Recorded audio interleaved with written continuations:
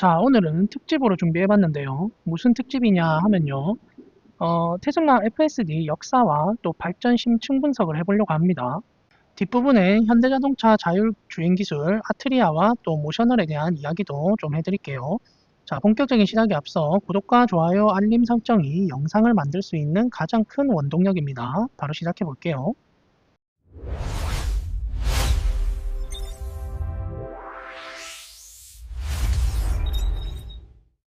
보통 언론이나 전문가들이 자율주행을 이야기할 때 가장 많이 언급하는 게 바로 이 레벨입니다. 현재 구글의 웨이모나 죽스, 모셔널, 바이두 같은 회사들의 기술을 두고 업계에서는 레벨 4라고 부릅니다. 반면에 테슬라의 FSD는 여전히 레벨 2 플러스 정도로 부르면서 마치 테슬라의 기술력이 경쟁사들보다 한참 뒤처진 것처럼 깎아내리곤 하죠. 하지만 일론 머스크의 생각은 다릅니다. 일론 머스크에게 이런 식의 기계적인 레벨 구분은 사실상 아무런 의미가 없거든요. 왜 그럴까요? 이건 단순히 기술 점수의 문제가 아니라 애초에 문제를 푸는 방식 자체가 완전히 달랐기 때문입니다. 이 차이를 이해하려면 두 진영의 출발점을 봐야 합니다. 먼저 웨이모나 모셔널 같은 경쟁사들을 볼까요? 이들은 처음부터 운전자가 아예 없는 무인 택시를 목표로 시작했습니다. 그러다 보니 차량에 고가의 라이다 센서를 주렁주렁 매달고 미리 3D로 스캔해둔 고정밀 지도 HD 맵이라는 것에 의존을 합니다. 쉽게 말해 기차처럼 보이지 않는 레일 위를 달리는 것과 비슷합니다. 정해진 구역, 정해진 지도 안에서만 완벽하게 작동하는 방식이죠. 이게 바로 그들이 말하는 레벨 4의 실체입니다. 하지만 테슬라는 달랐습니다. 테슬라는 사람이 직접 운전하는 차에 보조 기능을 넣어주는 것부터 시작했습니다. 당장은 완벽하지 않아도 전 세계에 깔린 수백만 대의 테슬라 차량이 돌아다니면서 실제 도로의 데이터를 긁어 모으는 방식을 택한 거죠. 웨이모가 정해진 규칙을 따르는 룰 기반이라면 테슬라는 스스로 학습해서 판단하는 AI, 즉 인공지능 기반으로 접근한 겁니다. 결국 웨이모가 레벨 4 타이틀을 달고 있다고 해서 자율주행을 더 잘한다고 말할 수는 없습니다. 웨이모는 제한된 구역에서만 왕노릇을 하는 것이고 테슬라는 전 세계 모든 도로에서 인간처럼 운전하는 범용 AI를 만들고 있는 거니까요. 이 접근 방식의 차이가 지난 10년 동안 어떤 드라마를 만들어냈는지, 그리고 모빌아이와의 결별부터 지금의 완성형 AI까지 어떻게 진화해 왔는지 지금부터 하나씩 살펴보겠습니다. 자, 그렇다면 테슬라는 처음부터 모든 걸 혼자 다 만들었을까요? 아닙니다. 테슬라의 자율주행 역사에서 빼놓을 수 없는 아주 중요한 동거의 시간이 있었습니다. 바로 이스라엘의 자율주행 기업 모빌아이와의 만남입니다. 지금은 서로 다른 길을 가고 있지만 초창기 테슬라에게 모빌아이는 없어서는 안 될 파트너였습니다. 당시 자동차 업계에서는 주행 보조 시스템, 즉 ADAS라는 ADAS를 구현하려면 값비싼 레이더 센서가 필수라는 게 정설이었습니다. 하지만 모빌아이의 창립자인 암논 샤슈아 교수는 달랐습니다. 그는 카메라 하나만으로도 충분히 앞을 보고 판단할 수 있다는 걸 증명해낸 그야말로 카메라의 마법사 같은 인물이었죠. 카메라를 이용해 시각 정보를 처리하는 이 혁신적인 기술에 일론 머스크가 매료되면서 테슬라는 모빌아이의 칩을 받아 초기 오토파일럿 기능을 구현하게 됩니다. 하지만 이 두 회사의 관계는 2016년에 발생한 비극적인 사고로 산산조각이 납니다. 플로리다에서 오토파일럿을 켜고 달리던 테슬라 모델 S가 트레일러와 충돌해 운전자가 사망하는 사고가 터진 겁니다. 원인은 정말 충격적이었는데요.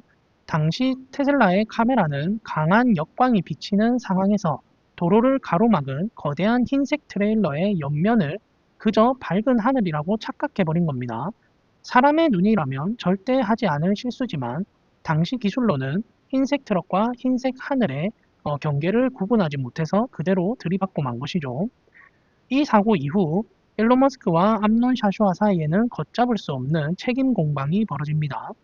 일론 머스크는 이건 센서가 제대로 사물을 인식하지 못한 기술적 결함이다 라며 모빌아이의 센서 성능을 비판했습니다.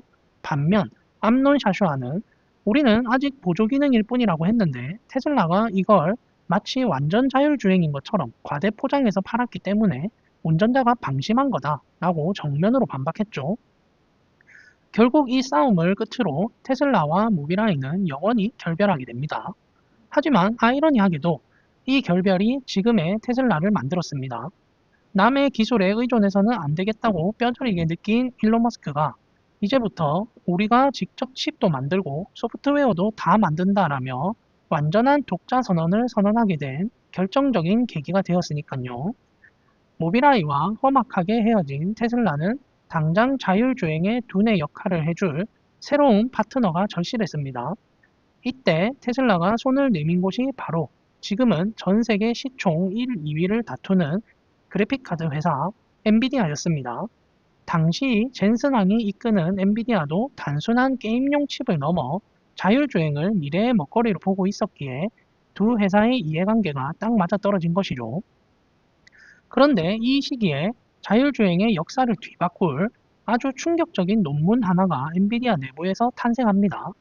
벨 연구소 출신의 엔비디아 연구진들이 재밌는 실험을 하나 했습니다. 바로 장난감 미니카에 카메라만 달랑 하나 달아놓고 자율주행 실험을 한 겁니다. 보통 자율주행을 가르치려면 빨간불에는 멈춰라, 차선이 보이면 그 안으로 가라, 이렇게 하나하나 규칙을 코딩해줘야 합니다. 그런데 이 연구진들은 그런 규칙을 일절 입력하지 않았어요. 대신 사람이 무선 조종기로 미니카를 운전하는 영상 데이터만 잔뜩 보여줬죠. 그랬더니 놀라운 일이 벌어졌습니다.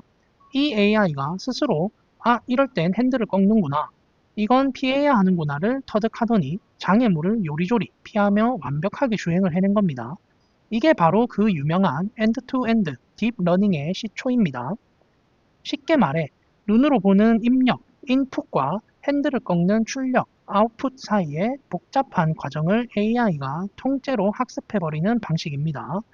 마치 우리가 아이에게 걷는 법을 가르칠 때 왼발을 30도 각도로 들어 올려 라고 하지 않고 그냥 걷는 모습을 보여주면 아이가 스스로 깨우치는 것과 똑같은 원리죠. 당시 학계와 업계 전문가들은 이 논문을 보고 비웃었습니다. 속을 알 수 없는 블랙박스 같은 기술이다. 어떻게 작동하는지 설명할 수 없으니 사기나 다름없다며 깎아내렸죠. 하지만 일론 머스크의 눈은 달랐습니다. 일론 머스크는 이 논문을 보자마자 직감했습니다. 바로 이거다. 인간이 운전하는 방식은 규칙을 외우는 게 아니라 뇌의 신경망을 통해 직관적으로 판단하는 것이다. 일론 머스크는 남들이 비웃던 이 방식을 즉각 채택했고 이게 바로 테슬라가 경쟁자들을 따돌리고 비전 기반 AI 자율주행이라는 독보적인 길을 걷게 된 결정적인 승부수가 되었습니다. 자, 엔비디아의 칩을 쓰고 딥러닝이라는 깨달음까지 얻었으니 이제 테슬라와 엔비디아는 영원한 파트너가 되었을까요? 놀랍게도 이 두 회사의 동거 역시 3년 만에 끝이 납니다. 일론 머스크의 눈높이에는 엔비디아조차 성에 차지 않았던 것이죠. 당시 엔비디아의 칩은 성능은 좋았지만 태생적인 한계가 있었습니다. 게임도 하고 또 그래픽 작업도 하는 범용 칩이었기 때문이죠. 자동차 전용이 아니다 보니 불필요한 기능이 많아 전기를 엄청나게 잡아먹었고 효율이 떨어졌습니다. 전기차인 테슬라 입장에서는 배터리 효율이 생명인데 자율주행 컴퓨터가 전기를 물쓰듯 쓰고 트렁크 공간까지 차지하는 걸 일론 머스크는 용납할 수 없었습니다. 일론 머스크는 남들이 만든 기성복 정장 말고 오직 테슬라 몸에 딱 맞는 맞춤 정장이 필요하다며 테슬라만을 위한 전용 칩을 만들겠다고 결심합니다. 이때 구원투수로 등판한 인물이 바로 반도체 업계에 살아있는 전설 짐 켈러입니다. 애플의 아이폰 칩과 AMD의 부활을 이끈 천재 설계자인 짐 켈러를 영입해 테슬라는 세상에 없던 물건을 만들어냅니다. 바로 테슬라 FSD를 위한 칩이죠. 하드웨어 3.0입니다. 우리 흔히 HW3라고 부르죠. 이 칩은 다른 건 다 빼고 오직 자율주행 연산만을 위해 설계되었기 때문에 기존 칩보다 성능은 월등하면서도 전력 소모와 비용은 획기적으로 줄일 수 있었습니다. 이 결정은 테슬라 역사에서 신의 한 수로 평가받습니다. 보통 자동차 회사는 소프트웨어는 구글이나 모비라이 것을 쓰고 하드웨어는 엔비디아나 퀄컴 것을 사다 씁니다. 하지만 테슬라는 이 과정을 통해 소프트웨어부터 하드웨어, 즉 두뇌까지 직접 만드는 완벽한 수직 계열화를 완성했습니다. 소프트웨어 개발자가 이런 기능이 필요한데 하면 하드웨어 팀이 바로 칩 구조를 바꿔버릴 수 있는 그런 구조를 만든 것이죠. 이게 바로 경쟁사들이 아무리 돈을 쏟아부어도 테슬라의 효율성을 따라잡을 수 없는 결정적인 이유가 되었습니다. 자, 독자적인 칩까지 만들었지만 여전히 넘어야 할 거대한 산이 하나 남아 있었습니다. 바로 룰 베이스, 즉 규칙 기반 방식의 한계였습니다. 웨이모 같은 경쟁사들은 개발자가 일일이 빨간불이면 서라, 사람이 보이면 멈춰라 같은 규칙을 코딩하고 이름을 붙여주는 라벨링 작업에 매달렸습니다. 그런데 세상에는 개발자가 미리 입력해 놓을 수 없는 황당하고 예측 불가능한 일들이 너무나 많이 일어나죠. 예를 들어서 도로 위로 갑자기 비닐봉지가 날아오거나 길가에 누군가가 술 취해서 누워 있거나 또는 갑자기 어린아이가 나와서 춤을 춘다거나 그런 상황이 생긴다면 어떨까요? 이걸 전문 용어로 꼬리가 길게 늘어진다는 뜻의 롱테일의 문제 혹은 아주 희귀한 상황인 엣지 케이스라고 부릅니다. 규칙이 없는 이런 상황을 만나면 웨이모 같은 경쟁사의 차들은 어떻게 할까요? 판단을 못하고 그 자리에 먹통이 되어 멈춰버립니다. 실제로 정전이 되어 신호등이 꺼지자 웨이모 택시들이 줄줄이 멈춰서서 도로를 마비시킨 사건이 대표적인 예이겠죠. 이 문제를 해결하기 위해 2024년 테슬라는 그야말로 미친 짓에 가까운 결단을 내립니다. 바로 FSD 버전 12의 업데이트를 통해 지난 수년간 천재 엔지니어들이 밤새워 짰던 30만 줄의 코드를 싹 다 휴지통에 버리고 삭제해버린 겁니다. 그 빈자리를 채운 건 무엇일까요?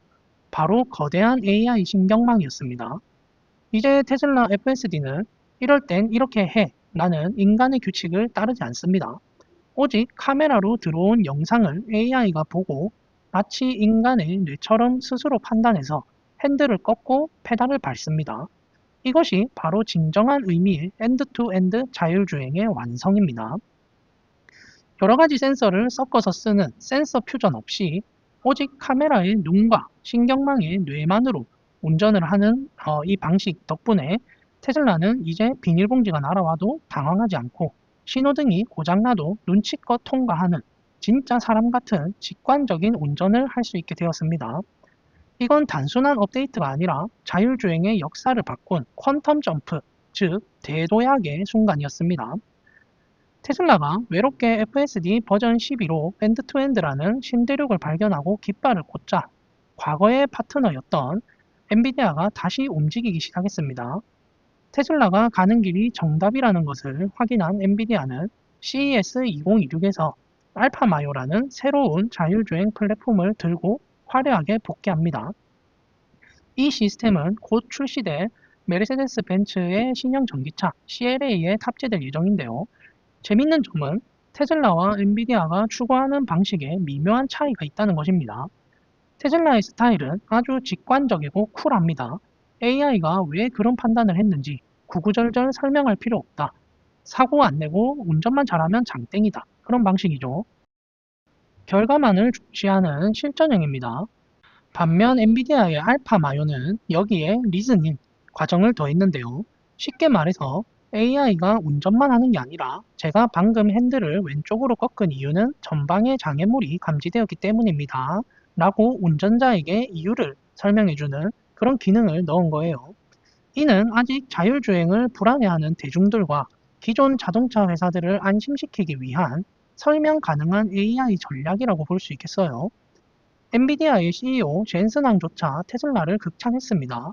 결국 테슬라가 먼저 고집스럽게 밀고 나갔던 엔드-투-엔드 방식이 자율주행의 정답이었음을 젠슨 황도 쿨하게 인정한 셈이에요.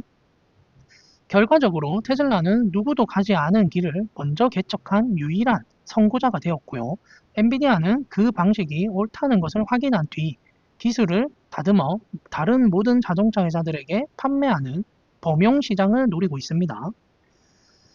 자, 긴 시간 동안 테슬라의 자율주행 10년 전쟁을 함께 살펴봤는데요. 결론은 명확합니다. 결국 자동차 업계의 흐름은 하나로 모이고 있습니다. 비싼 라이다 센서를 덕지덕지 붙여서 해결하려던 기존 방식은 결국 기술적, 비용적 한계에 부딪혔습니다.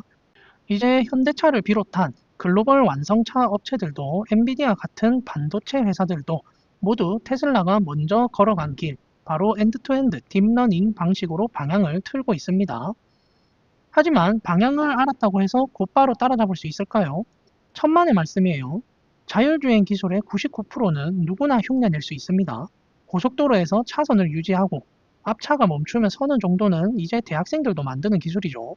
하지만 진짜 승부는 나머지 1%, 바로 언제 어디서 튀어나올지 모르는 예측 불가능한 돌발 상황들, 즉 엣지 케이스, 롱테일의 영역에서 갈립니다. 이 복잡한 문제를 해결할 수 있는 유일한 열쇠는 바로 수십억 마일의 도로를 달리며 쌓아온 방대한 실제 주행 데이터뿐이라고 생각을 해요. 이 데이터만큼은 돈을 아무리 쏟아부어도 단기간에 살 수 없는 테슬라만의 자산이라고 생각을 해요. 물론 언젠가는 현대차도 벤츠도 또 엔비디아도 완전 자율주행을 완성하는 날이 올 거예요. 하지만 우리가 주목해야 할 것은 바로 시간의 격차입니다. 후발주자들이 테슬라의 지금 수준을 힘겹게 따라잡았을 때 테슬라는 그 자리에 머물러 있을까요? 아니겠죠.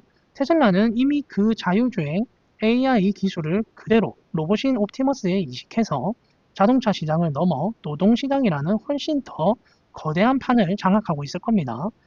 경쟁사들이 테슬라의 뒷공무니를 쫓아오는 동안 테슬라는 또 다른 차원으로 넘어가 버리는 것, 이 좁혀지지 않는 압도적인 시간의 격차야말로 테슬라가 가진 진정한 가치이자 그 누구도 넘볼 수 없는 강력한 무기예요.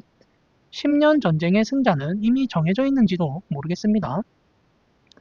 자, 그러면 화제를 돌려서 앞서 테슬라가 10년 넘게 갈고 닦아온 자율주행의 역사를 보셨다면 이제 우리 기업 현대차의 상황은 어떤지 냉정하게 짚어볼 차례인데요.